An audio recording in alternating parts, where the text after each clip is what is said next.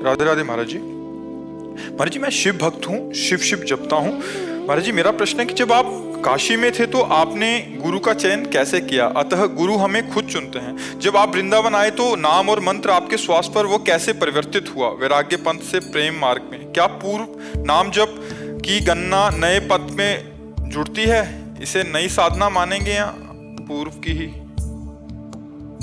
कैसे बतावे तो पूरा इतिहास है बचपन से लेके अभी तक का।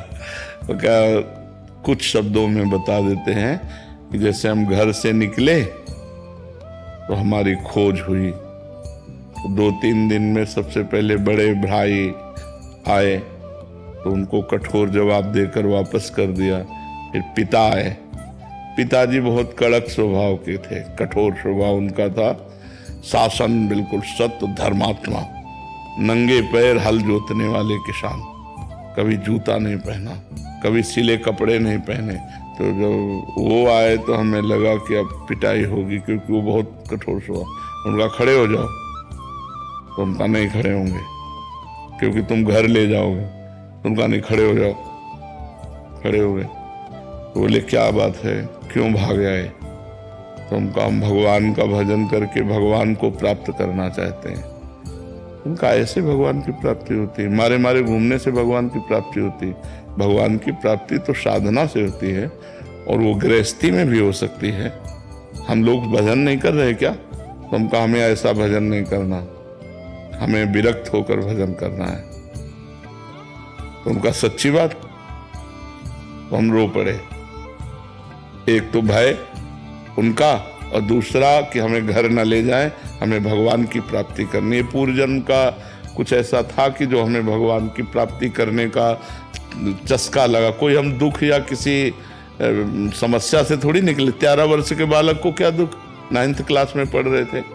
तो पिताजी ने ऐसे गले लगाया, राम राम राम। वो स्वयं भक्त थे, ऐसे गले लगाया, 3 बार कहा राम राम राम, और कहा बेटा ऊसर में बैठोगे तो फूल बरसेंगे, जाओ हमारा आशीर्वाद है। लेकिन जिंदगी में अगर हमने ये सुना कि किसी माई बहन की तरफ तुम्हारी गंदी दृष्टि हुई, नहीं, गृहस्थी में चलो और भजन करो, और अगर बाबा जी बनो तो जीवन में कभी ये शिकायत हमें न मिले। तो हमका वादा करते हैं कभी शिकायत नहीं मिलेगी।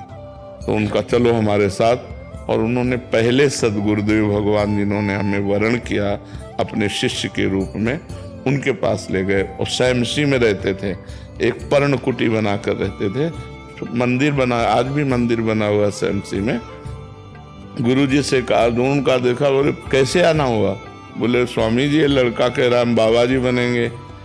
उनका कोई बात नहीं, एक छोड़ दो, 1 हफ्ते में भाग के घर आ जाएगा या तो बाबा जी बन जाएगा। 1 हफ्ते भोजन न देना और आश्रम के सब काम करवाना और कठोर नियम, और दूसरे को पेड़ा बर्फी बांट रहे हैं, हम देख रहे हैं तो हमें ना देना।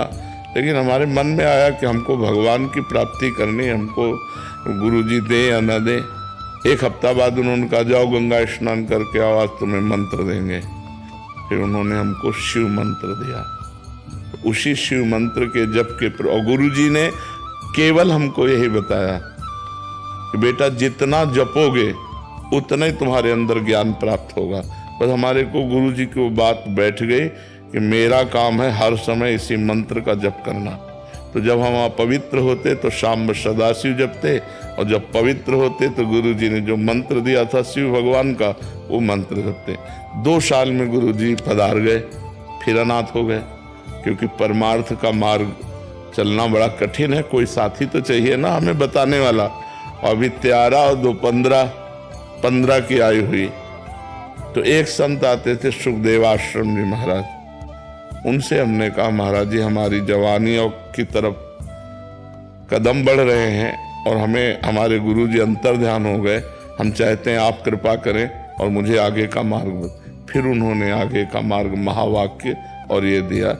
तो कुछ ही समय, लगभग 6 वर्ष 7 वर्ष वहाँ रहे। इसके बाद गंगा का किनारा पकड़ लिया। घोर विरक्ति, 1 रुपया कभी जीवन में नहीं रखा, ना आज है हमारे पास, ना आज है और ना जीवन में रखा। जैसे जीवन में थे वैसे ही। अंतर बस ये हो गया, पहले एकांत रहते थे, अब समाज में रहते हैं। पहले भरण पोषण आकाश वृत्ति के द्वारा होता था, आज भी भरण पोषण आकाश वृत्ति के द्वारा ही होता है।